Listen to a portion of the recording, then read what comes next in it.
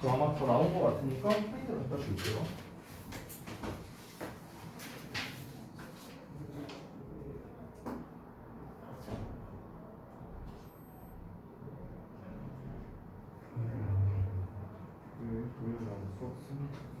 자, 아까 말씀드렸다시피 컬러본은 다음 시간에 드리도록 할 테니까 일단은 흑백본 먼저 드릴게요. 네, 뒤로 좀 주세요. 그 숙제 부분에서 우리 그 지난번에 제가 나눠드렸던 프린트들은 아마 다 완료가 되셨겠죠? 맞나요? 확신이 안 썼는데? 다 꺼내봐. 확인 좀 해보자. 다 꺼내봐. 지난번에 줬던 프린트 숙제 다 꺼내세요. 확인하세요.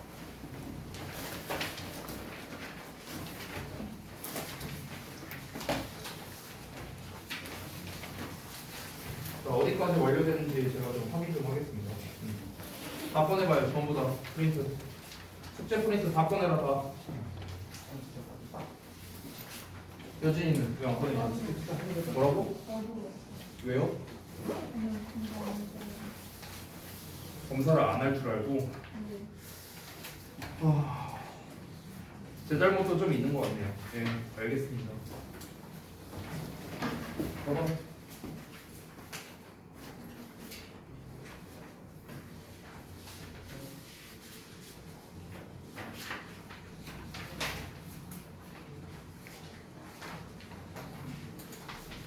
그 전 단계를 좀 보여주세요. 단계 순서대로 같이 필요 없으니까 단계 순서대로 2, 3, 4, 5 체크잖아요. 2, 3, 4, 5 체크. 2, 3, 4, 5 체크.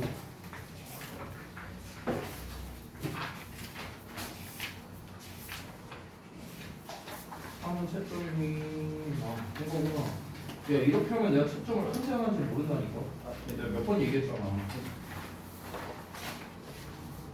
이게 채점을 한 건지 안 한 건지 이거 내가 어떻게 알아?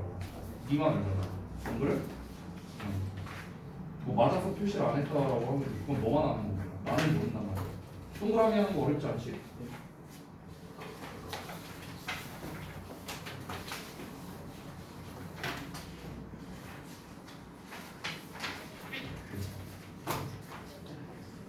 연주민도 했고. 자, 동현이 봐봐. 넌 왜 이거밖에 없어? 저 2, 3, 4는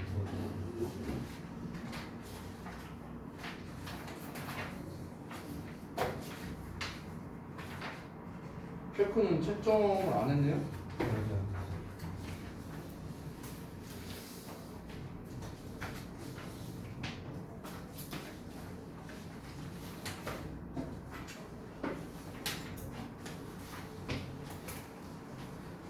공진이랑 저기 서준이 같은 경우는 2, 3, 4만 확인하면 되겠지? 그거.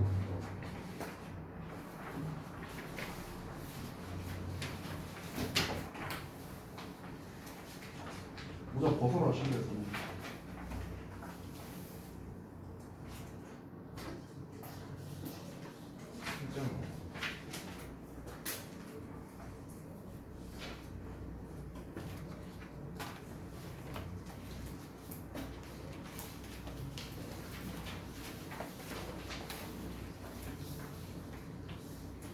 봐봐.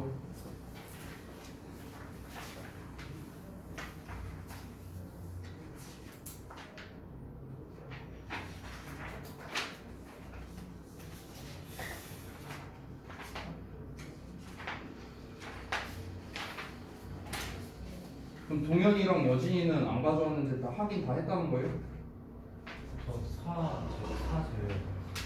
여진이는? 다 했어?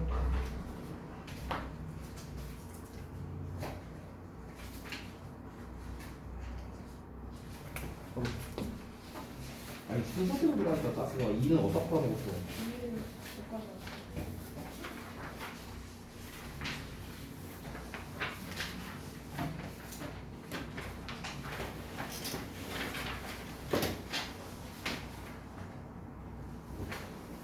이게 뭐야? 시점 풀어먹었어.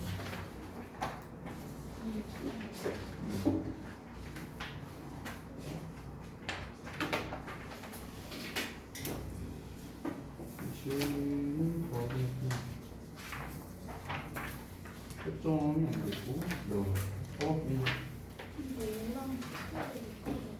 뭐랑 체크요? 뭐랑 체크?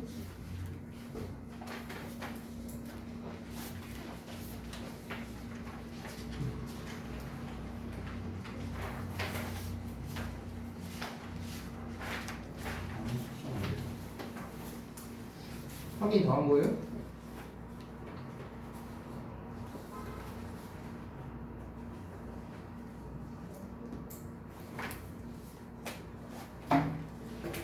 어.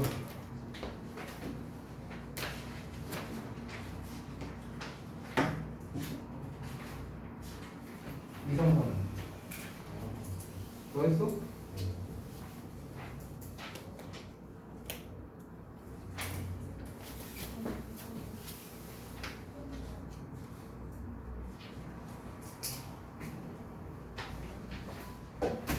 오늘 검사 못 하신 분들은 금요일날 하겠습니다. 금요일날 알겠죠? 금요일날 할 거니까 이때 잘 챙겨 오시고 지금 말씀드렸으니까 또 까먹지 마시고 알겠지? 알았어. 자 보자. 20번부터 볼게요. 20번.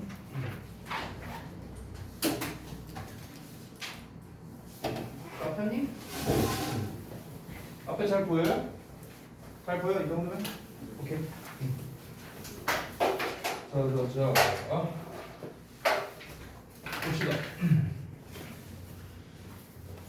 일단 처음에 내용을 이제 바로 그냥 들어가도록 할게요. 우리 할 게 많으니까요. 처음에 단어를 보면은 inconceivable 이런 단어가 나와 있죠. 그래서 여기서 이제 conceive라는 단어에서 파생된 건데 이게 생각할 수 있는 이란 뜻이에요. 근데 이제 앞에 in이 붙었으니까 생각할 수 없는 이란 뜻이 되는 거거든. 그래서 우리가 unthinkable 이라고 써도 돼. unthinkable. think에다가 a를 붙이면 되는 거야. unthinkable. 됐어요? 생각할 수 없는. 이거는 이제 뭐 사실 여기서 핵심 단어는 아니야. 여기서 conceivable이라는 단어가 핵심 단어는 아닌데 이 conceive라는 단어 자체가 그냥 중요하기 때문에 이제 제가 얘기를 하는 겁니다. 이게 생각하다 라는 뜻이 있고 하나 더 있죠. 무슨 뜻이 있습니까? 임신하다라는 뜻이죠. 임신하다. conceive가 생각하다, 임신하다. 머릿속에 담거나 뱃속에 담거나 그렇게 되는 거야. 그래서 여기에서 나온 명사형이 너네가 너무나 잘 알고 있는 컨셉이죠. 컨셉. 그렇죠? 컨셉트나 또는 컨셉션 이렇게 되는데 이 컨셉이라는 게 이제 명사로서 생각, 컨셉션이 명사로서 이제 임신. 물론 컨셉션이 어떤 개념, 생각이란 뜻도 있어. 컨셉션도 생각이란 뜻도 있는데 이제 임신이란 뜻도 있고, 그렇지? 파생어까지 좀 알아두고. 어쨌든간 전쟁은 생각할 수 없대요. 뭐 없이는? 약간의 이미지 없이는. 여기서 말하는 이미지가 무엇이냐? 즉 개념 없이 컨셉트가 나왔네요. of the enemy. 그러니까 적에 대한 개념 없이는 전쟁을 생각할 수 없다. 즉 적이라는 개념이 있어야만 우리가 전쟁이라는 것을 개념화할 수 있다. 이걸 얘기하는 거죠. 자, it is the presence of the enemy. 자, 바로 적의 존재랍니다. 뭐가? 대절 이어가요. gives meaning and justification to war. 그러니까 전쟁의 의미와 정당성을 제공하는 건 바로 적의 존재랍니다. 오케이? 그러니까 우리가 이 전쟁을 하는 데 있어서 당위성이 있어야 된다. 그냥 무차별적인 살인마가 아니잖아요. 그렇잖아. 뭔가 이유가 있을 거 아니야. 이 사람은 이러기 때문에 적이다. 그러니까 우리가 전쟁을 하는 거다. 뭔가 우리가 이 적의 존재에 대한 정의를 내려야만 어떤 전쟁을 할 수 있는 어떤 명분이 된다는 거죠. 됐어? 그 얘기를 하는 겁니다. 자, 그래서 다음 내용을 보시면 were follows from feelings of hatred 이렇게 나와 있는데 전쟁은 증오감에서부터 나온다라고 이제 뭐 칼 스미스라는 사람이 뭐 이렇게 썼대요. 이어서 전쟁을 가지고 있는데요. 그 자신만의 전략적이고 전술적이고 그리고 다른 어떤 규칙과 어떤 관점 뭐 이런 거를 가지고 있답니다. 하지만 they all presuppose. 자, 우리 presuppose 하면 미리 가정하다라는 뜻이죠. 말 그대로. 미리 가정한다는 말 자체가 상정하다라고 합니다. 우리가 상정하다. 좀 어려운 말로. 상정한다는 말이 어려우면 그냥 미리 가정하다라고 해석해도 돼. 무방합니다. 자, 그래서 그런 것들은 모두 미리 가정을 한답니다. 뭐를요? 대절 이하를. The political decision. 그 정치적인 결정이 has already been made. 이미 내려졌다는 것을요. as to는 뭐뭐에 관해서죠. 자, 뭐에 관해서? Who the enemies. 그러니까 적이 누구냐에 대해서. 그렇죠? 자, 그래서 다시 한번 말하자면 전쟁이라는 거는 증오감에서 나오는데 전쟁은 자기 자신만의 전략, 전술 그리고 다른 어떤 규칙과 관점이 있다는 거야. 무차별적인 게 아니라는 거죠. 전쟁이라는 게 나름의 뭔가가 있다는 거야. 한마디로 말하면 나름의 명분, 나름의 견해가 있다를 지금 설명하고 있는 건데 하지만 이 적이 누구냐, 우리의 주 적은 누구냐라는 거는 이미 결정이 나와 있다는 거죠. 그게 뭐에 의해서? 어떤 정치적인 견해에 의해서. 됐어요? 예를 들면 이런 거죠. 우리가 뭐 옛날에 뭐 조선시대 때로 따지면은 뭐 노론이니 소론이니 약간 이런 식으로 정치적인 파가 있었잖아요. 분당이 있었죠. 지금 우리나라로 따지면 뭐 좌파가 있고 우파가 있고 무슨 뭐 사회주의 학자들이 있고 뭐 이제 민주주의 학자들이 있는 것처럼 어떤 그런 정치적 이념이 있잖아요. 그렇죠? 근데 그런 정치적 이념이 서로 대립되고 있다. 그러면 우리의 적, 예를 들어 우리가 민주주의다. 그럼 우리는 사회주의를 따르는 사람들은 적이라고 여긴다. 뭔가 이런 명분을 이제 정치적으로서 만든다라는 거죠. 그걸 미리 상정을 하는 거야. 그러고 난 다음에 그 명분을 만들어서 전쟁을 일으킨다는 거죠. 됐어요?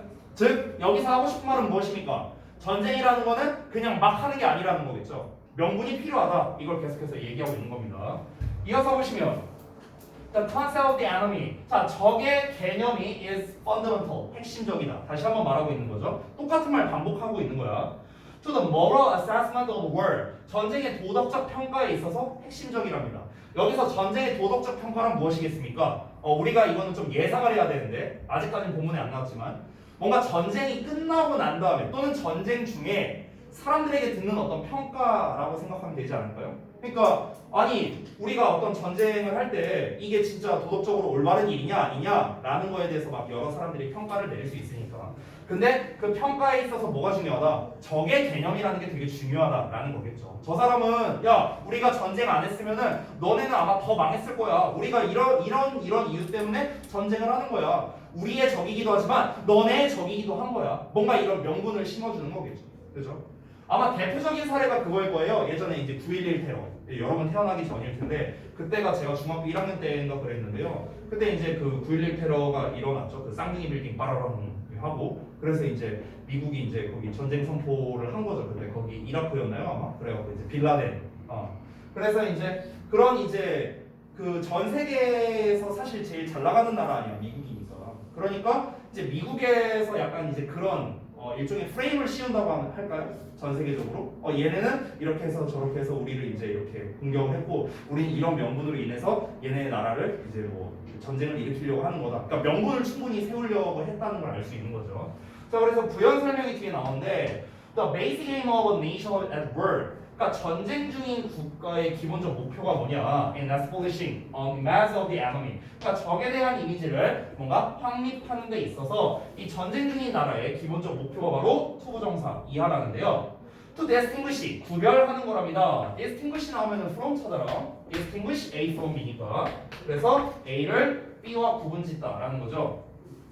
As sharply as possible. 그러니까 가능한 한 날카롭게, 뚜렷하게 구별하는 거야. 뭐랑 뭐를? The act of killing. 그러니까 죽인다는 행동을 살인의 행동과 이제 명확하게 구분을 짓는 게 가장 또 중요하다. 이렇게 이제 얘기를 하고 있는데요. 그러니까 쉽게 말하면 뭐냐면 여기에서 살인 행위라고 나온 게 있는데 이 살인 행위의 예시를 한번 좀 보자면 예를 들어서. 그러니까 살인 행위의 예시는 예를 들면 이런 거죠. 뭐 민간인이라던가 아니면 뭐 전쟁 포로 있잖아요. 전쟁 포로를 죽이는 일. 이런 거를 이제 살인 행위라고 생각하시면 되는 거예요. 그러니까 전쟁과는 무관한 사람들이라고 생각하시면 되겠죠. 그렇죠? 우리가 내세운 명분의 전쟁과는 무관한 사람들이잖아. 전쟁 포로 민간인이잖아. 그렇죠? 근데 이런 사람들을 죽인다? 그럼 이거는 살인 행위다라는 거겠죠. 그럼 이걸로는 명분이 안 선다는 거야. 얘네가 전쟁에서 이겨도.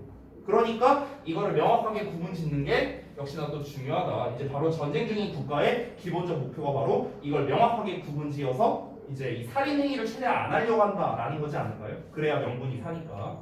자, 다음 내용 보자면 however 그러나 we need to be cautious. 자, 우리는 조심할 필요가 있대요. 뭐에 대해서? Thinking of war. 그러니까 전쟁에 대해서인데요. 전쟁과 또 뭡니까? And the image of the enemy.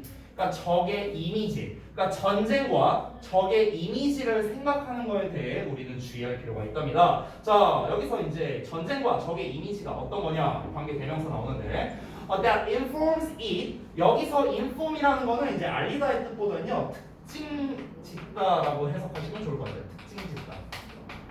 특징 짓다. 이거를 약간 의역해서 나온 해석이 영향을 미치는이라고 지금 나와 있거든요. 우리 교재에는. 근데 이제 직역으로 하면 뭔가를 특징 짓다라고 생각하시면 되겠습니다.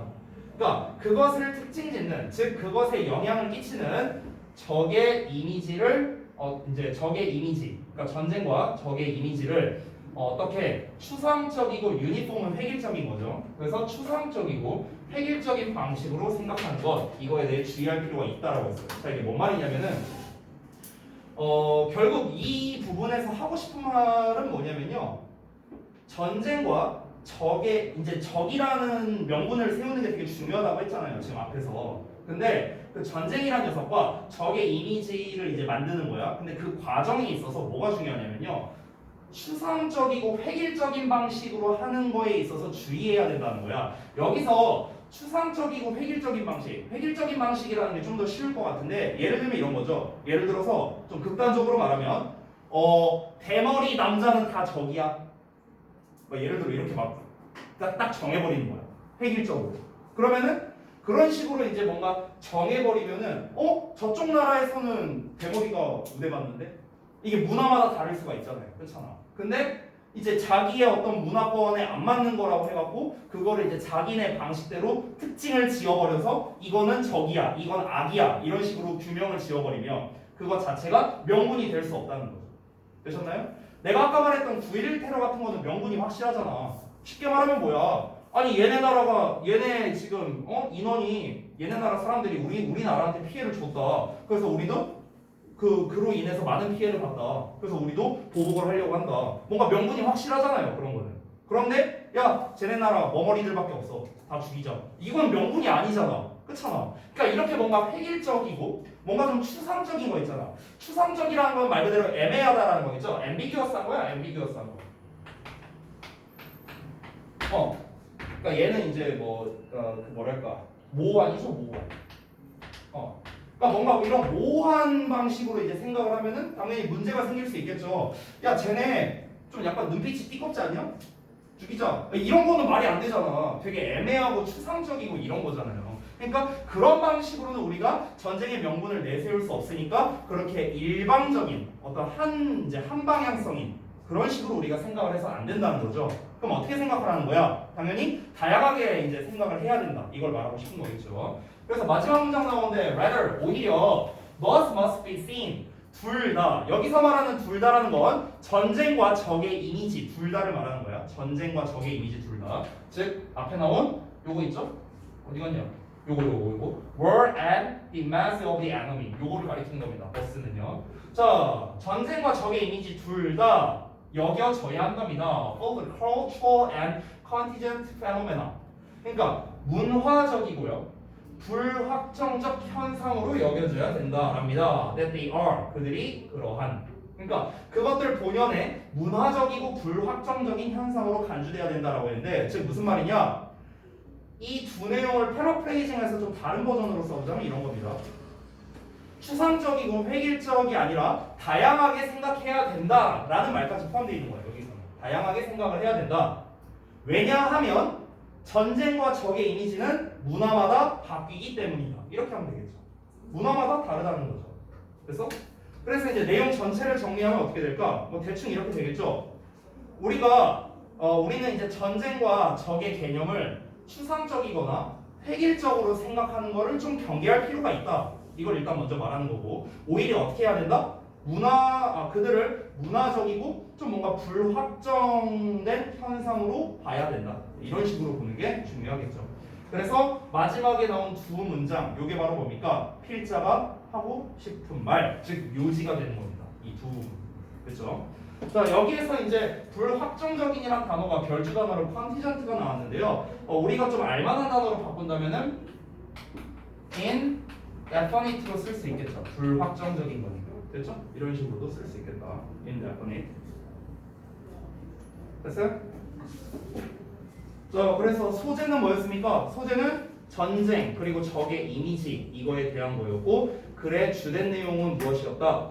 적의 개념을 추상적이고 획일적으로 생각하는 걸 경계하고 다양하게 생각해라. 좀 더 구현을 달자면은 문화적이고 불확정한 현상으로 봐야 된다. 즉 문화마다 전쟁과 적의 이미지가 다르다. 이런 식으로 보는 게 정확하겠습니다. 자, 다음 내용 갑시다. 21번.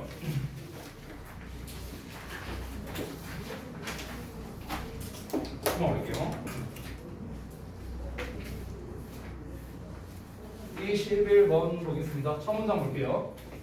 although라는 접속사 나왔는데 뒤에 주어 동사가 안 나왔거든. 보면은 not the explicit goal 하고 나와 있어요. 그렇죠? 그러니까 이때는 이제 어떤 경우냐면은 지금 여기 생략된 게 있는데 내용을 한번 먼저 볼게요. 비록 명시적 목표는 아님에도 불구하고 the best science 최고의 과학은 can really be seen 실제로 여겨질 수 있답니다 as refining ignorance. 그래서 refine은 원래 정제하다라는 건데 여기서는 이제 약간 좀 개선하다 이런 식으로 해석이 된 거고 ignorance는 무지, 무식 뭐 이런 거예요. 즉 여기 although 뒤에 어떤 말이 들어가면 적절하냐면요. refining ignorance is 요게 생략됐다고 보시면 됩니다. 그러니까 무지를 개선하는 게 명시적 목표는 아니지만 무지를 개선하는 게 최고의 과학으로 여겨질 수 있다. 이렇게 되는 거죠. 최고의 과학은 뭐다? 무지를 개선하는 걸로 여겨질 수 있다 했습니다. 같은 말이죠. 됐어요? 자, 그러니까 이 과학에서 이제 얘가 이 과학의 목표라는 게 뭐 여러 가지가 있을 수 있겠죠. 근데 이제 거기에서 명시적 목표는 아니야. 그냥 대놓고 말해주는 우리 과학자들은 이런 걸 위해 과학을 연구한다. 이런 이제 명시적인 목표는 아닌데 최고의 과학이란 결국 무엇이냐면 무지를 개선하는 거야. 모르는 걸 알려주는 거라고. 쉽게 말하면요. 그게 이제 최고의 과학이다라고 여겨질 수 있답니다. 자, 그러면은 사실상 처음에 지금 주제를 말했다고 봐도 되는 거예요. 이 글에서는요. 최고의 과학은 무엇이다? 무지를 개선하는 걸로 여겨질 수 있다라고 얘기를 했습니다. 근데 여기서 여겨질 수 있다라는 표현이 나왔기 때문에 이게 통념일 수도 있거든요. 실제로는 아니다 이렇게 나올 수도 있잖아요. 그러니까 사실은 좀 더 내용을 봐야겠죠. 자, 과학자들은 특히 젊은 과학자들은요 can get too obsessed with results. 그러니까 결과에 너무나도 사로잡히게 될 수도 있답니다. 자, 이 말 자체가 뭔가 결과에 사로잡힌다는 게 느낌이 좀 뉘앙스가 안 좋죠. 너무 사로잡히게 될 수도 있다. 이렇게 얘기를 했으니까. Society, 사회는 그들을 돕습니다. 뭐 하도록 돕냐면요. Along in this matrix, 이러한 무모한 추구에 있어서. 이러한 무모한 추구라고 했는데 이 무모한 추구라는 거는 결과만에 집착을 한다라는 걸 말하는 거겠죠.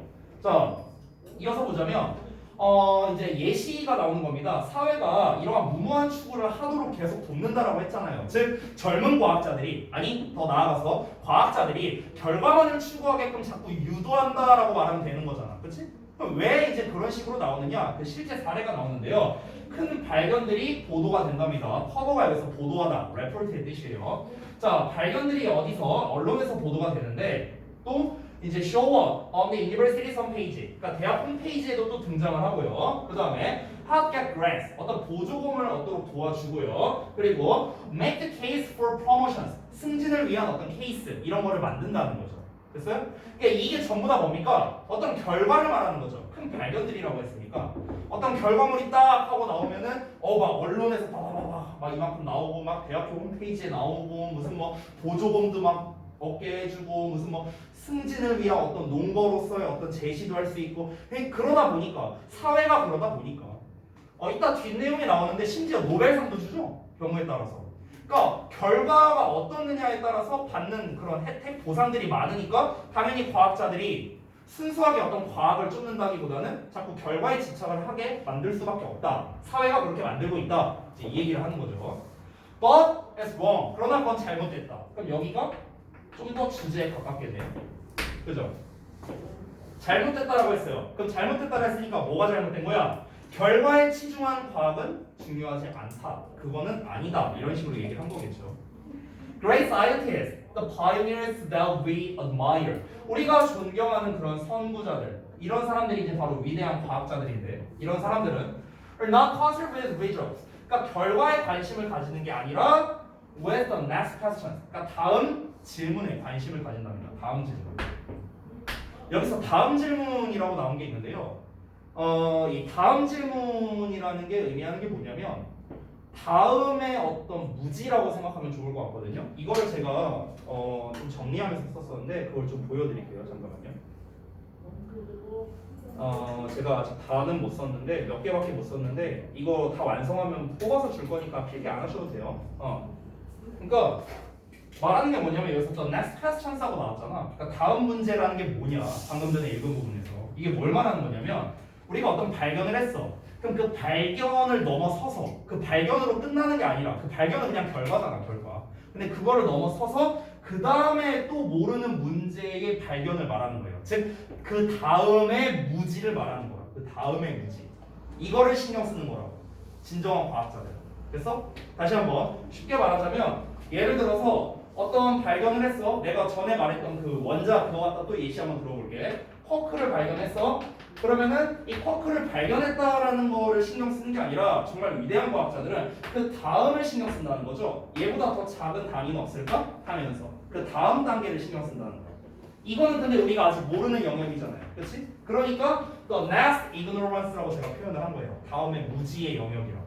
됐어요? 자, 그래서 위대한 과학자들은 저딴 거를 신경 쓴답니다. 그렇죠? 그러니까 결과가 아니라 그 다음에 무지를 신경 쓴다고. 그 다음에 무지.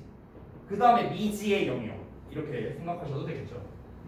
The highly respected scientist Enrico Fermi라는 사람이 있는데요. 높이 존경받는 물리학자랍니다. 이 사람이 told his students, 그의 학생들에게 말했답니다. 대절 이해하라고요. An experiment that successfully proves a hypothesis. 어떤 가설을 성공적으로 증명해낸 실험은요 바로 is a measurement, 측정이다라고 얘기를 했는데요. One that doesn't라고 했거든요. 그러니까 그렇지 않은 실험이랍니다. 그러니까 그렇지 않다라는 건 뭘 말하는 거냐면 가설을 증명해내지 못한 실험을 말하는 거겠죠. 가설을 증명하지 못한 실험은 is a discovery, 발견이다라고 이렇게 표현을 했답니다. 그러니까 얘가 의미하는 바가 뭐냐면은 잘 봐. 아까 말했다시피 일반적인 과학자들은 뭐를 중요시한다? 결과를 중요시한다고. 결과를 중시한다는 거예요. 결과를 중시하는데 여기서 말하는 결과라는 건 결국 무엇이다? 그냥 발견이야, 발견. 어찌 보면은. 그러니까 이 사람들이 생각하는 발견이란 곧 결과를 말하는 거라고 생각하면 되는 거야. 그런데 우리 그 위대한 과학자들 있잖아. 이 위대한 과학자들은 발견을 뭐라고 생각하냐면요. 다음에 무지를 찾는 거. 그러니까 이것을 발견으로 여긴다는 거야. 예를 들어 이것을 이거 결과 나왔어. 땡. 얘가 이제 끝이야. 이게 아니잖아. 이게 아니라 그 다음 단계에 뭔가 또 나올 수 있잖아. 그렇지? 그러니까 그 다음 단계를 찾는 게 바로 발견이다라고 생각을 한다는 거죠. 그게 바로 위대한 발견이다. 근데 여기에서 말하는 건 뭐냐면 우리가 어떤 과학적인 어떤 이제 새로운 뭔가를 낼 때요. 일단 기본적으로 가설을 세우죠. 가설을 세우고 난 다음에 그에 대한 실험을 합니다. 그럼 실험으로서 그 가설이 입증이 됐어. 그러면 이제 이거는 팩트가 된 거죠. 그렇죠? 그럼 그 팩트를 이제 그 페르미라는 사람은 뭐라고 했다고? 그냥 측정이라고 했다고. 측정. 이건 발견이 아니야. 그냥 측정한 거다. 근데 우리가 예를 들어서 어떤 가설을 세웠어. 근데 실험을 해봤더니 이게 안 나왔어. 이 실험 결과가 안 나왔어. 그러면은 우리가 이제 또 막힌 거잖아. 그럼 이 막힌 거를 뭐라 한다고? 이거를 오히려 발견이라고 본다고. 오케이? 즉 여기서 말하는 게 discovery하고 나왔는데 이게 이제 뭐 주어 동사가 있는 그런 형태가 아니거든요. 그래서 제 생각에는 여기에는 discovery랑 여기는 discovery를 연결해서 보면 좋을 것 같아요. 여기에서. 그러니까 발견인데 즉 어떤 발견이냐 약간 동격처럼 해석하시면 좋을 것 같습니다. uncovering of new ignorance라고 나와 있죠. 그러니까 새로운 무지에 대해 드러내는 것이다. 그런 발견이다 이렇게 얘기를 하는 거죠. 새로운 무지를 드러내는 발견이라는 게 뭡니까? 어떤 실험을 했어. 다시 한번 가설을 세우고 실험을 했어. 그런데 결과가 입증이 안 됐어. 그러니까 가설을 증명하지 못했어. 그럼 막힌 거잖아. 이제 또 어떻게 해야 되지? 새로운 어떤 무지에 봉착하게 된 거잖아요. 그렇죠? 그렇죠? 그러니까 이거를 드러내주는 발견이라고 한 거야. 이 사람이. 자, 그러면 이제 무지를 발견했어. 그럼 이제 이거를 개선하는 게 중요하다라는 식으로 이제 얘기를 하는 거고요. 자, 그 다음 내용도 나오는데 보시면 이제 노벨상에 대한 얘기가 나오는데 이제 노벨상이라는 거는 이제 과학적 성취의 정점이겠죠. 피나클 정점입니다. 과학적 성취의 정점인 노벨상은요 수여된답니다. 나데이 머피. 어떤 사람에게냐? For a lifetime of scientific achievement. 그러니까 평생의 과학적 업적에 대해서 이게 수여되는 게 아니라 for a single discovery or result. 그러니까 하나의 발견, 즉 결과에 의해서 이제 수여가 된다는 거죠. 그러니까 노벨상조차도 지금 결과에 치중해서 수여를 하게 된다는 거야. 이 문제라는 거지 지금 이 사람이 말하고 싶은 거. Even the Nobel Committee, 자, 이 노벨상 위원회조차도 깨닫고 있어요. In some way, 어떤 식으로든 뭘 깨닫냐면 This is not really in the scientific spirit. 이게 진정한 과학적 정신에 있는 게 아니라는 거. 그러니까 얘들도 알고 있는 거야. 아, 이게 과학적 정신을 좀 벗어나는 거 아닌가. 결과에만 이렇게 주는데. 지들도 알고 있다고. 알고 있어. 그리고 그들의 어떤 상인용구도 흔히 뭔가를 기린답니다. The discovery, 어떤 발견을요. 어떤 발견이냐면 이 뒷부분에 대한 발견인데요. Having opened a field, 어떤 분야를, 어떤 한 분야를 열어주게 된 것, 아니면은 뭐 transform the field니까 어떤 한 분야를 변화시킨 것, 뭐 그리고 taken a field in new and unexpected directions. 뭔가 새롭고 예상치 못한 방향성으로 어떤 분야를 테이큰하게 된 거니까 이제 분야가 이끌어진 것, 뭐 이렇게 되는 거죠. 그러니까 지금 여기에 있는 세 가지가 말하는 게 뭐냐면 어떤 하나의 결과에 의해서가 아니라는 거예요. 지금 문구에도 그렇게 써 있다며. 이 세 가지의 공통점이 뭔데? 한 분야를 열어주거나 변화를 시키거나 분야를 이끌거나 이러려면은 이게 하나의 발견으로 되는 게 아니잖아요. 얘네들은 아까 위에서 말했던 진짜 막 평생 동안 엄청나게 노력을 해도 될까 말까 막 그런 영역들이잖아. 근데 문구에도 또 그렇게 써 있다는 거야. 그 상 받으면 뭐 문구가 있나 보지. 그 인용구에도 그런 식으로 이제 이 발견을 기린다라고 나온 거야.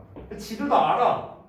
이런 멘트를 써놓는다는 것 자체가 뭐야? 아, 과학이라는 게 하나의 발견이 중요한 게 아니구나 라는 걸 지들도 알고 있다고. 근데 알면서도 그렇게 한다는 거지 뭐.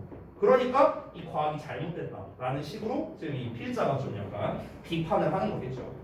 자, 그래서 이제 요약을 제가 좀 써봤는데 요약은 결국 이렇게 되는 거예요. 한마디로 말하면 그러니까 최고의 과학은 이 필자가 하고 싶은 말이야. 이게 필자가 하고 싶은 말은 최고의 과학은 어떤 하나의 발견인 결과 이거에 치중하는 게 아니고 다음 발견을 향해 모르는 것을 개선해 나아가는 게 바로 최고의 과학이다 라고 이제 이 얘기를 한 겁니다. 되셨나요? 네, 이렇게 정리가 됐고요. 지문이 이제 난이도가 좀 있다 보니까 여러분 반드시 복습하셔야 됩니다. 복습. 내가 이제 설명할 때는 아 그렇구나 하고 들을 수 있지만 혼자 볼 땐 또 그렇지 않단 말이야. 그러니까 잘 들으시고 잘 복습하시고. 자, 다음 내용 갈게요. 22번.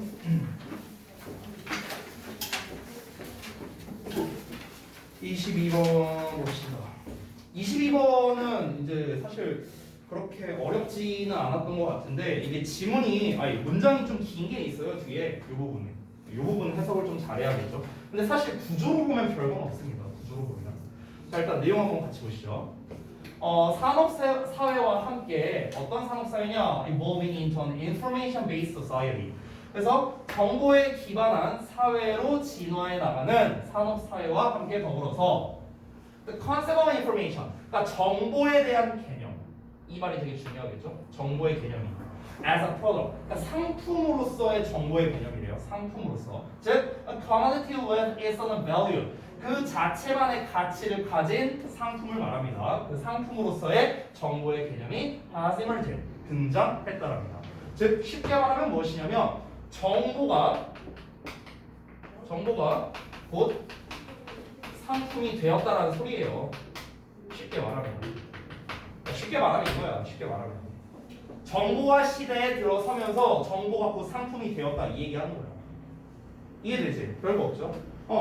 그러니까 지금 우리 입장에서는 그 정보를 사고 파는 게 사실 그렇게 막 엄청 희귀한 일은 아니잖아요. 그렇잖아. 어떤 정보가 있다. 근데 너 뭐 얼마 주고 살래? 가장 대표적인 직업이 기자 아니에요? 기자? 기자가 뭐 이제 어떤 뭐 언론사 같은 데에다가 뭐 이제 어떤 뭐 사진 같은 거 막 파파라치 마냥 이렇게 찍어갖고 이렇게 주는 거야. 별거 아니잖아. 정보를 제공하는 거죠. 정보. 근데 일종의 그 정보를 어떻게 하는 거야? 파는 거죠. 일종의 상품으로서. 그렇죠? 그런 게 이제 지금 뭐 엄청 희귀하거나 그런 일이 아니죠. 오히려 흔한 일이죠. 흔한 일.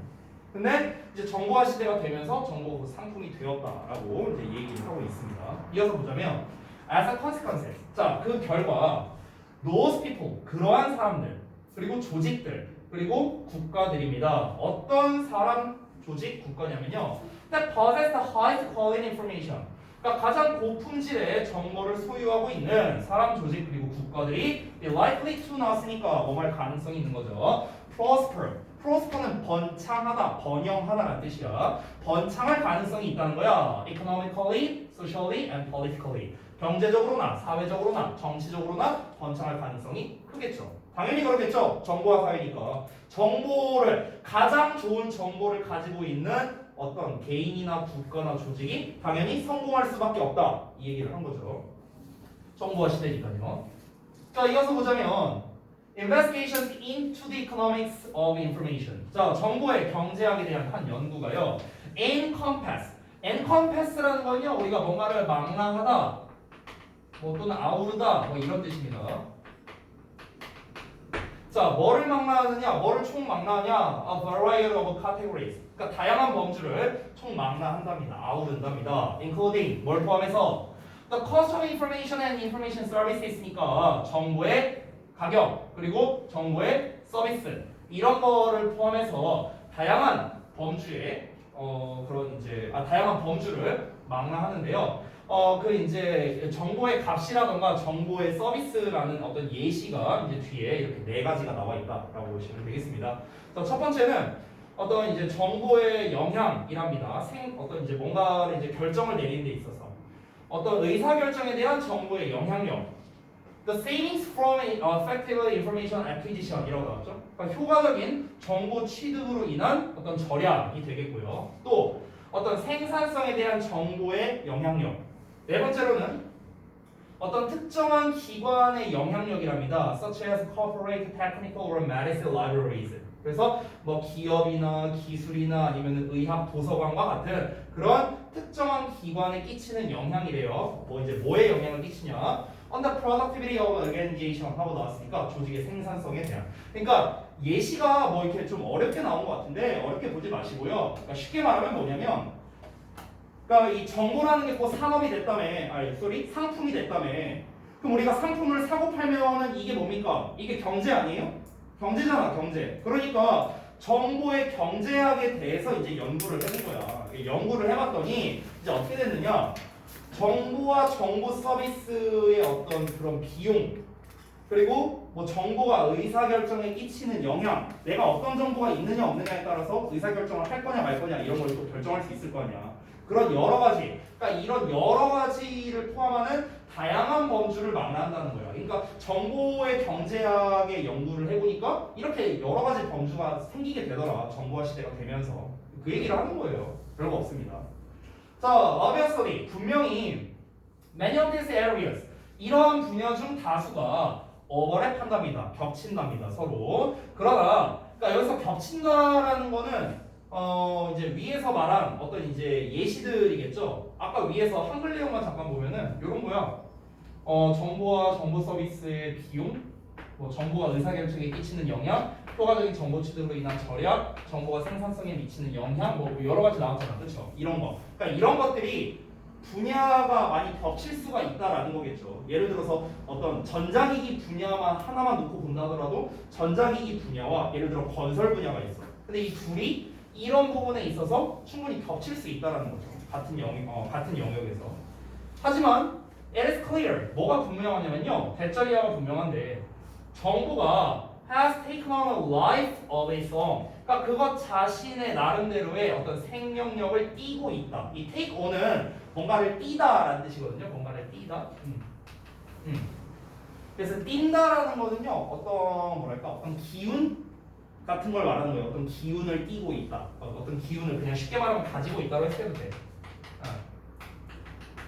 왜 여러분 왜 그런 거 있잖아. 왜 저 사람은 막 아우라가 막 다르다 막 이런 식으로 표현하는 거 있잖아요. 그런 어떤 아우라를 가지고 있다라고 할 때 우리가 take on aura라고 해요. 실제로요. 그래서 어떤 거를 띠다, 가지고 있다. 자, 그거 자신 나름의 생명력을 띠고 있다는 것이 분명하답니다. 어떤 이제 그 자신의 생명력이냐면요. outside the medium in which it is contained. 그것이 보관되는 매체 바깥쪽이겠죠. 매체 밖에서의 자기 나름의 생명력을 가지고 있다는 게 분명하대요. 그러니까 무슨 말이냐면은 쉽게 말하면 그러니까 정보라는 것 자체가 그 자체가 그 상품이 되었고요. 그리고 그 정보가 하는 역할이 이렇게나 많이 있다라는 걸 얘기를 한 겁니다. 그러다 보니까 이게 이제 많은 분야, 여러 분야에서 서로 겹치는 게 많기는 하지만 그럼에도 불구하고 어쨌든간 정보를 얻게 됐다는 것 자체가 그 정보라는 것 자체가 어쨌든간 나름의 생명력이 있다. 여기서 생명력이 있다라는 거는 그냥 가치가 있다라고 생각하면 돼요. 쉽게 말하면 가치가 있다. 자, 그래서 마지막 문장인 것 같은데요. Information은 정보는요, has become a recognized entity라고 나왔죠. entity라는 게 이제 실제라고 나왔죠. 실제로 존재하는 어떤 것을 말하는 겁니다. 그걸 실제라고 하죠. 실존하는 어떤 물체, 실제물이라고 해도 되겠네요. 그래서 정보는 인정받는 실제가 되었답니다. To be measured, evaluated, and priced. 측정되고 평가되고 값이 매겨지는 실체가 되었다. 무슨 말입니까? 옛날에 뭐 예를 들어서 막 1900년 막 옛날 조선시대라고 따져봐. 조선시대 때는 정보화 시대가 아니잖아요. 농업사회잖아. 그러니까 그때 막 정보를 갖고 사고 팔고 그럴 수가 있을까? 당연히 그럴 수 없겠죠. 그렇죠? 근데 이제 지금 현재 정보화 시대에서는 어떻다? 그냥 정보라는 것 자체가 어떤 독립된 어떤 이제 일종의 상품으로서 그 정보라는 것 자체가 측정되고 평가되고 값이 매겨지는 그냥 어떤 독립제가 되었다. 여기서 엔티티라는 거는 맥락적으로는 그냥 커머니티랑 똑같아요. 이거랑 똑같아. 이거랑 어떤 이제 상품이랑 같은 뜻입니다. 인정받는 상품이 되었다는 거죠. 정보를 사고 파는 것도 우리가 그거 자체로도 상품으로서 취급을 하니까요. 그래서 결국 이 글에서 하고 싶은 말은 뭡니까? 정보 기반 사회, 정보화 시대에서 정보는 독자적인 상품 가치를 가질 수 있다라는 거예요. 이게 끝이야. 이 글의 내용은 그게 끝입니다.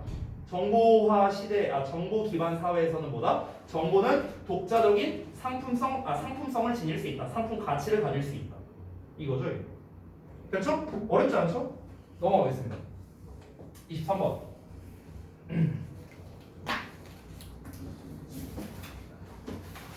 이 23번 볼게요. 요 지문이 이제 조금 어려울 수 있는데요. 요 지문에 대한 주제를 좀 미리 말해줄게요. 아주 심플하게. 이 지문의 주제가 뭐냐면요. 원조와 정책의 개혁에 의하, 이거 좀 써두세요. 제가 부르는 거. 주제입니다. 주제를 미리 말하고 들어갈게요. 원조와 정책의 개혁에 의하여 기후 변화에 대처하기입니다. 다시 한번. 원조와 정책의 개혁에 의하여 기후 변화에 대처하기. 원조와 정책의 개혁에 의하여 기후 변화에 대처하기. 원조와 정책의 개혁에 의하여 기후 변화에 대처하기. 다 썼니?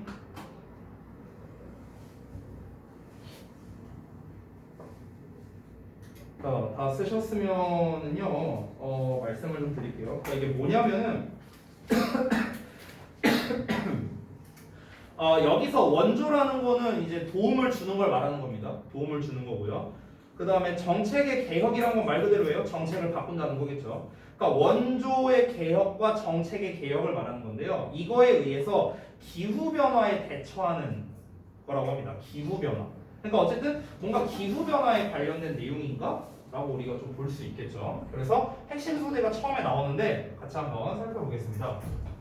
자, 우리는 대절이하라고 주장합니다. 대절이하가 중요하겠죠.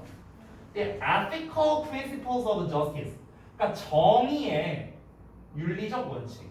이 justice의 정의라는 것은 어떤 사회적 정의 그런 걸 말하는 거죠. definition 아닙니다. 정의를 내리다 그거 아니에요. 정의의 윤리적 원칙은 제공한답니다. 뭐를? on essential foundation을요. 그러니까 어떤 근본적인 기초를요. 어떤 거에 대한 for policies 정책에 대한. 그러니까 정책에 대한 근본적 기초를 제공한대요. To protect 뭐 하기 위해서 보호하기 위해서요. Unborn generations 그러니까 태어나지 않은 세대 그리고 the poorest countries 가장 가난한 나라들을 보호하기 위해서입니다. 뭐로부터? climate change 여기 나왔네요. 기후변화. 자, 근데 첫 문장이 좀 어렵죠? 단어는 어려운 게 없는데 이게 이제 무슨 의미인가? 이걸 한번 다시 한번 보겠습니다. 보시면 자 대절이야만 볼게요. 대절이야만 다시 한번 보면 정의의 윤리적 원칙이라는 게 그러니까 우리가 흔히 정의롭다고 말하는 거에 대한 원칙이라는 게 아직 태어나지 않은 여러 세대들 그리고 그런 가장 가난한 나라들 얘네들을 기후의 변화로부터 보호하기 위한 그런 정책이 있겠죠. 그런 정책에 대한 근본적인 기초를 제공한다. 근본적인 기반을 제공한다. 뭐가? 윤리적 원칙이라는 것. 우리가 말하는 정의롭다라고 하는 그런 윤리적 원칙이란 것은 근본적 기반을 제공한다라고 주장합니다. 근본적 기반. 그러니까 쉽게 말하면 뭐냐면은 우리가 그런 정의로운 윤리적 원칙이 반드시 토대가 돼야 된다라는 거예요. 뭔가 정책을 결정할 때 있어서는. 오케이? 다시 한번. 여기서 말하는 정책 결정은 좀 더 이제 깊이 있게 들어가자면 기후 변화를 말하는 거겠죠. 여기서 이제 클라이밋 체인지를 말하고 있으니까 정리해서 말씀드리면 기후 변화에 대처하기 위한 정책 결정에는 정의로운 윤리적 원칙이 반드시 토대가 돼야 된다라는 걸 말하는 겁니다. 이해돼요? 뭔 말인지? 잘 이해가 안 되신 분들이 많은 것 같은데 다시 한번 이거를 다시 한번 정리해서 말씀드릴게요. 그러니까 다시 한번 정리해서 말씀드리면 정의의 윤리적 원칙이 어떤 정책에 대한 어떤 필수적인 근본적인 기초를 제공한다 이렇게 말을 했잖아요. 이 말이 뭐라고요? 다시 한번 기후 변화에 대처하기 위한 정책을 뭔가 결정을 내릴 거 아니야. 아니 기후 변화가 심각하니까 이렇게 하자 저렇게 하자 뭐 우리 이렇게 합시다 뭐 예를 들어서 뭐 매주 뭐 토요일 일요일은 뭐 자동차 타지 맙시다 뭐 이런 뭐 정책을 결정을 내릴 거 아니야. 예를 들어서 기후 변화를 막기 위해서 그러면은 그런 정책 결정에 있어서는 뭐가 토대가 돼야 된다. 정의로운 윤리적 원칙이 반드시 토대가 돼야 된다는 거야. 근데 여기서 말하는 정의로운 윤리적 원칙을 뭘 말하는 걸까요? 아무래도 얘네들을 말하는 거겠죠. 얘네들 아직 태어나지 않은 세대들도 있고 가장 가난한 나라들이 있어. 근데 우리가 이렇게 환경을 오염시켜 그러면은 이거 미래에 사는 사람들은 어쩌라고 가난한 나라들은 어쩌라고 얘네들은 뭐 그런 공기청정 시스템도 없을 텐데 그럼 우리가 그들을 위한 그런 좀 약간 이타심 그런 윤리적인 원칙을 가지고 우리가 정책을 결정해야 되지 않겠냐 이 얘기하는 거라고. 이해됐어? 이제 이해됐지? 자 그래서 다음 내용을 좀 보자면 좀 어릴게요. Related issues 관련된 문제들이 arise 발생한답니다. In connection with current and persistently inadequate aid. 현재의 그리고 끈질기게 뭔가 부족한 원조랍니다. 이거와 관련해서 어떤 이제 관련된 문제들이 발생한다는데요. For these nations 이러한 국가들을 위한 여기서 말하는 이러한 국가들은 가난한 국가 말하는 거예요. 앞에서 말했던. 자 이어서 in the face of growing threats to agriculture and water supply. 그러니까 어떤 농업 그리고 물 공급에 대한 그런 이제 좀 그런 원조가 좀 부족하다라는 걸 말하는 거겠죠. 그러니까 증가하는 위협에 직면해서 이제 이런 국가들에게 좀 원조가 좀 부족하다. 계속해서 부족한 원조라고 했잖아요. 쉽게 말하면 여기까지 내용을 읽었을 때 그냥 나라가 가난하니까 이제 얘네는 이제 뭐 아까 우리 전에 나왔던 무슨 뭐 정보화 시대니 뭐니 이딴 게 아닐 거 아니야. 그냥 농업 사회일 가능성이 높잖아. 그렇지? 그러면은 아무래도 농업이라든가 물 공급에 있어서 뭔가 얘들한테 이제 좀 경제적으로 또는 뭔가 어떤 여러 가지 측면으로 좀 지원을 해줄 필요가 있다는 거야. 왜? 그게 바로 정의로운 윤리적 원칙이라고 말한 거지. 이 글쓴이는.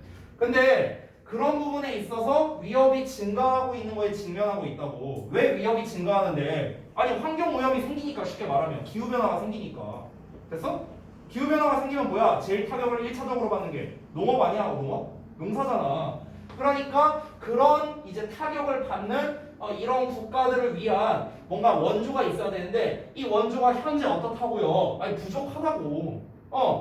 이런 거와 관련해서 여러 이슈가 있다는 거죠. 됐어요? 그리고 the rules of international trade. 그러면 국제 무역의 규칙의 측면에서예요. 여기 두 부분 체크되어 있는 거 보이시죠? 병렬 구조입니다. In the face of 뒤에 growing이랑 또 rules of가 이제 병렬로 연결된 거예요. 그래서 이제 국제 무역의 규칙의 측면에서랍니다. 어떤 국제 무역의 규칙이냐면 mainly benefit rich countries니까 주로 부유한 나라들에만 혜택을 가져다 주는 그런 국제 무역의 규칙에 직면하여. 됐어요? 이런 문제들이 생긴다는 거죠. 국제무역의 규칙이라 하면 뭐 예시가 여기서 따로 나와 있지는 않지만 어쨌든 뭔가가 있겠죠. 그러니까 여기서 무역이라는 말이 나온 이유는 뭐냐면 원조에 관련된 얘기가 나왔잖아. 원조라는 건 뭐야? 말 그대로 어떤 이제 우리가 눈에 보이는 물질적인 어떤 지원을 해주는 거, 도와주는 거잖아. 쉽게 말하면 이게 원조잖아, 원조. 그렇지? 그런데 뭔가가 우리가 주고 받고 할 때는 당연히 어떤 이런 국제무역의 어떤 규칙에 이제 적용될 수밖에 없을 거 아니에요. 나라 간에 그렇게 주고받는 거니까. 그렇잖아. 뭐 예를 들면 그런 거가 있지 않을까요? 예를 들어서 저기 우리 전에 한참 그 마스크 대란 때도 막 그런 거 있었잖아. 뭐 우리나라가 막 중국에게 뭐 마스크 뭐 몇백만 장 뭐 보내주고 막 이런 것도 있었잖아요. 그렇잖아. 그러니까 막 그랬더니 이제 뭔가를 또 이제 돌려받기도 했고 뭐 그런 이제 국제적인 규칙이 있겠죠. 무역 규칙이 있겠죠. 근데 그게 주로 어떻다고요? 부유한 나라에만 혜택이 간다는 거야. 그러니까 가난한 나라들은 뭔가 혜택을 못 받는다는 거지. 그러다 보니까 얘들은 그냥 계속 이제 가난해지고 이 빈부격차가 심해지는데 그러다 보니까 얘들이 만약에 어떤 그런 기후변화로 인해서 타격을 받았을 때 얘는 뭐 다 그럼 죽어야지 뭐. 이런 이제 문제들이 생길 수 있잖아. 극단적으로 말하면. 그 문제가 있다라고 얘기를 한 거고요. 자, 그러면 세계에서 가장 가난한 사람들, 여기서는 이제 사람들 말고는요 국민들이라고 해서 하는 게 좀 더 좋습니다. 왜냐면 people에 s가 붙었죠. 그러니까 people 자체를 단수로 본 겁니다. 국민이란 뜻으로. 세계에서 가장 가난한 국민들을 위한 어떤 원조를 증가시키는 건요 can be an essential part of effective mitigation이랍니다. 그래서 mitigation이라는 건 완화라는 뜻이거든. 완화?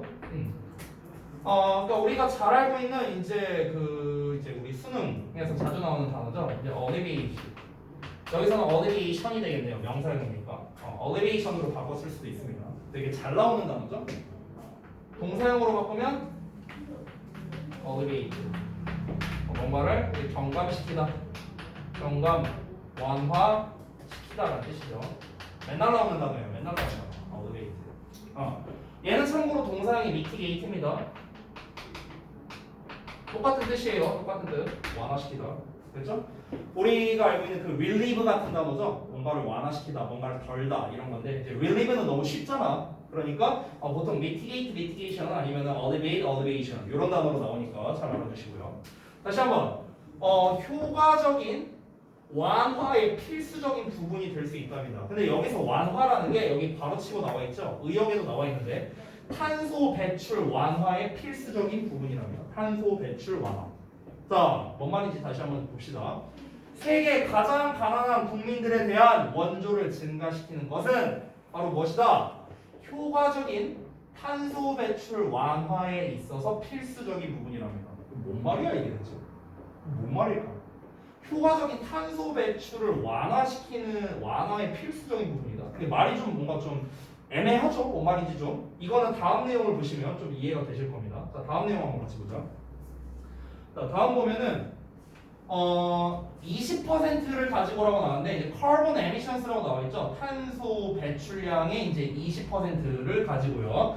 From mostly tropical deforestation하고 나왔는데 이 deforestation이라는 거는요. 그 어떤 삼림 벌채를 말하는 거예요. 그냥 나무 자르는 거 말하는 겁니다. 그래서 주로 열대 지역에서의 삼림 벌채로부터 이 탄소 배출량의 20%가 온답니다. 그래서 어쩌라는 거야? Carbon credits for forest preservation. 그러니까 그 어떤 삼림 보호를 위한 탄소 크레딧이라고 나왔는데 여기서 탄소 크레딧이라는 게 여기에 나와 있을 텐데요.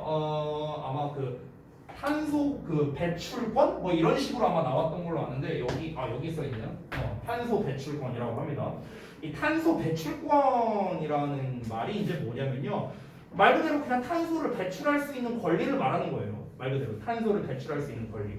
그러니까 이거는 좀 뒷내용을 보고서 좀 정리를 하도록 할게요. 어쨌든 그 이제 그 forest preservation 이 숲의 보호를 위한 탄소 배출권이 earth combine 결합시킨답니다. 결합시켜줄 거래요. aid랑 뭐를요? combine 나오면은 with 찾아라. combine a with b. a를 b랑 결합시키는 거죠.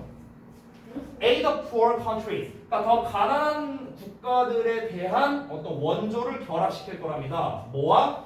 One of the most cost-effective forms of abatement. 어떤 비용 효율성이 가장 높은 거겠죠. 가장 비용 효율성이 높은 어떤 형태가 되겠는데 여기서 abatement는 감소입니다. 감소. 여기서의 감소라는 건 탄소 배출의 감소겠죠. 그래서 탄소 배출 감소의 형태 중에 하나와 함께랍니다. 말이 되게 어렵죠. 자, 정리 좀 해볼게요. 정리. 여기까지 읽은 거를 가지고. 그러니까 이게 뭐냐면요. 방금 전에 읽은 문장은 그러니까 그 산림 보존을 위한 탄소 배출권이야말로 이 가난한 나라들에게 원조를 하는 데 있어서 가장 비용 효율적인 형태의 탄소를 감소시키는 방법 중 하나다. 이렇게 얘기를 하는 거예요. 다시 한번. 일단 탄소 배출권이라는 거를 제가 한번 좀 조사를 해봤는데 일단 네이버 사전에는 안 나오더라고요. 그래서 이제 제가 좀 다른 데를 찾아보니까 이제 뭐라고 나오냐면 이게 말이 되게 어렵게 나왔는데요. 그러니까 온실가스 배출 그런 절감 설비 등을 설치해주는 만큼 이제 온실가스를 추가로 더 배출할 수 있는 권리를 말한대요. 이게 이제 탄소 배출권이래요. 그러니까 쉽게 말하면은 이제 온실가스가 나오잖아요. 그런 탄소가 나오잖아. 그러면은 그 온실가스가 좀 덜 나오는 어떤 장치를 설치하는 거야. 그러면은 그거를 설치해주면은 이제 그 당연히 그 탄소가 나오는 게 더 적을 거 아니야. 그러면은 그만큼 더 탄소를 배출할 수 있는 권리를 탄소 배출권이라고 한대요. 예를 들면 이런 거겠죠. 어떤 이제 특정 지역에 여기에서 이제 탄소를 배출하는 그 수치가 예를 들어 뭐 100이라고 쳐보자. 100. 이만큼을 배출할 수 있다고 이제 어떤 이제 수치를 정해놨다고 쳐보자고요. 근데 여기에서 이제 뭐 공장이 예를 들어서 5개가 있어. 여기에서 20씩 배출해서 100이 나온다고 쳐봐. 예를 들어서. 근데 이 각 공장에다가 어떤 이제 장치를 설치를 하는 거야. 그럼 장치를 설치했더니 얘네가 10씩 이제 배출을 한다고 쳐봐요. 그럼 이제 50이 나와. 그렇죠? 그럼 이제 나머지 50이 남으니까 그러면은 우리 원래 100만큼 탄소 배출할 수 있잖아. 그럼 우리 추가로 배출할래 해갖고 공장을 5개 더 짓는 거야. 그러면은 이제 우리가 이 절감된 이 50만큼 추가로 우리가 이제 탄소를 배출할 수 있는 그 권리, 이걸 이제 탄소 배출권이라 한다고. 됐어요? 이게 탄소 배출권의 정의랍니다. 여기까지 되니? 이건 어렵지 않죠? 자, 그런데 다시 한번 이 산림 보존을 위한 탄소 배출권이야말로 가난한 나라들에게 원조를 하는 데 있어서 가장 비용 효율적인 형태의 탄소를 감소시키는 방법 중에 하나랍니다. 탄소 배출권이야말로 탄소를 감소시키는 가장 비용 효율적인 방법 중 하나라고. 탄소 배출권이라는 게. 그러니까 이제 뒷내용을 좀 더 봐야 될 것 같은데 내용을 보고 다시 앞으로 돌아와서 정리를 해볼게요. 말이 좀 어렵다 보니까 여러분이 잘 이해를 못하셨을 수 있는데 내용을 한번 이어서 볼게요. 자, perhaps부터 보겠습니다. 아마도 the most cost effective. 자, 가장 비용 효율적이지만 politically complicated policy reform 하고 나왔죠. 그러니까 가장 이제 정치적으로 좀 복잡한 정치 개혁이 will be the removal. 그러니까 제거일 거랍니다. 뭐에 대한 제거냐면요. several hundred billions of dollars of direct annual subsidies 이렇게 나왔는데, 그러니까 그 연간에 뭐 수천억 달러에 해당하는 그런 이제 직접적인 연간 보조금이 되겠죠. 그러니까 이런 거의 삭제가 바로 뭐다? 비용 효율성은 제일 높은데 정치적으로 제일 복잡할 거랍니다. 이 말은 그렇게 어렵지 않죠? 왜냐면은 원조를 해달라며 어떤 나라에다가. 왜? 그게 어떤 윤리적인 그런 방식일 테니까. 그냥 원조를 그냥 돈으로 때우면 되는 거야. 돈 주면 돼. 근데 그렇게 하면 이제 어떤 문제가 있어? 야, 우리나라 사람들 복지 챙겨주기도 바쁜데 왜 그딴 식으로 하냐? 막 이러면서 이제 어떤 정치적인 문제가 생길 수 있잖아요. 근데 그러다 보니까 근데 만약에 아까 뭐 말했던 탄소 배출권 뭐 이런 걸로 우리가 이제 얘기를 꺼낸다면 이제 명분을 세울 수 있잖아요. 아, 우리나라 사람들 좋으라고 이렇게 하는 거다라고 할 수 있지만 실제로는 이제 전 세계에 있는 다른 그런 가난한 지역에서도 좋은 거일 테니까. 그러니까 이제 이게 정치적인 문제가 생길 수 있어서 이렇게는 안 하겠다. 뭐 이런 내용이 나오지 않을까요? 자, 이어서 보자면 From the two biggest recipients in the OECD 하고 나왔죠. 그러니까 OECD의 두 가지의 가장 큰 어떤 그런 수혜 분야로부터 오는 그런 이제 어떤 보조금이 될 텐데, 근데 이런 거에 있어서 이제 이걸 제거해 버린다는 거. 그럼 제거한다는 것도 역시나 또 뭐 정치적인 문제가 될 수 있겠네요. 제거를 하든지 살려놓든지 뭐가 됐든 간에 어쨌든 그 보조금 자체가 좀 이제 그런 좀 정책 개혁일 것이다 이렇게 얘기를 하네요. 마지막 내용을 보면은 destructive industrial agriculture and fossil fuels 하고 나왔는데, 즉 파괴적인 산업화 농업과 화석 연료로부터 온다는데요. 정리를 좀 해볼게요. 말이 어려우니까 또. 자, 그러니까 아마 비용이 제일 적게 드는 효율적인 방식이래요.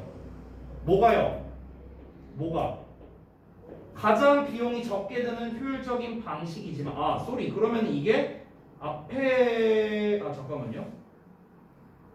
일단은 정리해서 다시 한번 말해볼게요. 그러니까 비용이 가장 적게 드는 효율적인 방식이지만, 그러니까 정치적으로 볼 때는 복잡한 어떤 그런 정치 개혁 이런 게 있다면 OECD에서 두 가지 분야에서 가장 큰 수혜자인, 그러니까 두 가지 분야에서 가장 큰 수혜 분야라는 게 그 뒤에 나온 두 가지 말하는 거예요. 첫 번째가 이제 환경의 파괴적인 상업적 방식, 그러니까 산업화의 농업 그리고 화석 연료에게서 해마다 보조하는 그런 수천억 달러의 직접적인 보조금을 없애는 것. 됐어요? 수천억 달러의 직접적 보조금을 없애는 게 어떤 거다? 바로 아까 말했던